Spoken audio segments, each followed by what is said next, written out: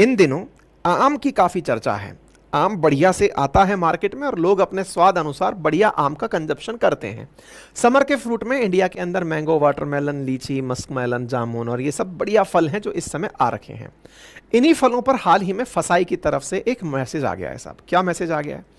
कि जो लोग आम खाने में बिजी हैं वो आम कहीं कैल्शियम कार्बाइड से तो नहीं पकाया गया है, CaC2 कैल्शियम कार्बाइड से तो नहीं पकाया गया है। अगर ऐसा किया गया है तो वो गलत है और उसे पूरी तरह से बैन होना चाहिए। अब ये कैल्शियम कार्बाइड क्या आ गया? असल में CaC2 कैल्शियम कार्बाइड, ये असल में जैसे ही हवा पानी के संपर्क में आता है एसिटिलीन गैस बनाता है, CH triple bond CH। Calcium carbide को इन फलों के टोकरे के अंदर पुड़िया बांध के फेंक दिया जाता है, डाल दिया जाता है। उससे निकली हुई एसिटिलीन गैस कैल्शियम कार्बाइड के कारण बनती है और वो इन फलों की राइपनिंग में, पकाने में काम आती है। फल पकने लगते हैं और फल पकने के बाद मार्केट में बेच दिए जाते हैं।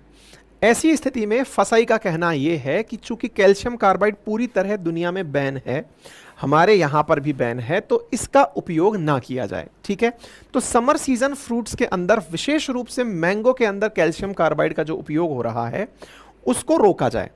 मैंगो, वाटरमेलन, मस्कमेलन, लीची, जामुन, ग्रेप्स, इन सब के कुछ ना कुछ न्यूट्रिशनल वैल्यूज हैं। मतलब आम के भी फायदे हैं। आम भी आपको ना केवल न्यूट्रिशंस देता है बल्कि डाइटरी फाइबर के रूप में, मतलब ये फाइबर भी आपको उपलब्ध करा रहा है। गुड्स डाइजेशन के लिए भी अच्छा है, आईसाइट के लिए भी अच्छा है। हर फल के अपने अपने बेनिफिट हैं। आप इसको समय के साथ में पढ़ लीजिएगा, मैं आपको उपलब्ध करा दूंगा।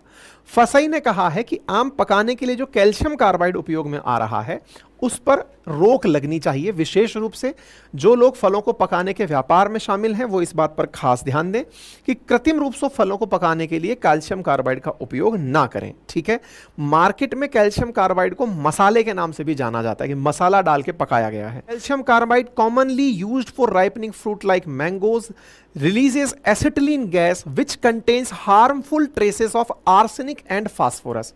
तो जो एसिटिलीन गैस निकलती है उसमें आर्सेनिक और फास्फोरस होता है। आर्सेनिक कैंसर कॉजिंग होता है, तो एसिटिलीन के साथ साथ आर्सेनिक भी बाहर आता है। कैल्शियम कार्बाइड में तो आर्सेनिक कहीं डला हुआ है नहीं, लेकिन प्योरेस्ट फॉर्म में कैल्शियम कार्बाइड मिलना मुश्किल है।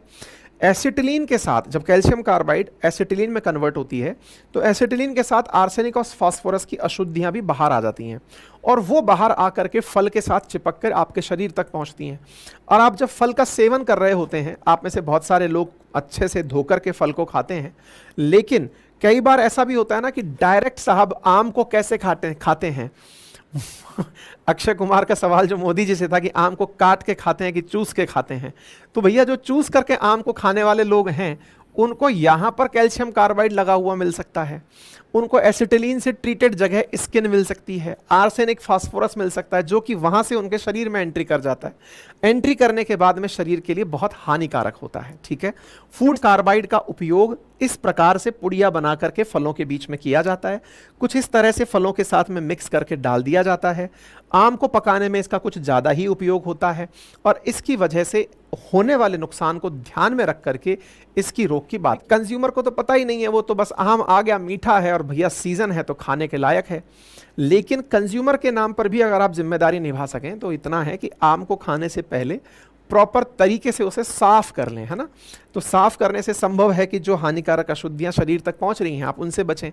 दूसरा, आम काट कर खा लें तो ये भी आपके लिए फ़ायदेमंद हो सकता है। बाकी सरकार अपनी जिम्मेदारियां महत्वपूर्ण तरीके से निभाए तो आप तक ऐसी चीज़ें पहुंच ही ना पाएँ, यानी कि अशुद्धियों वाली चीज़ें।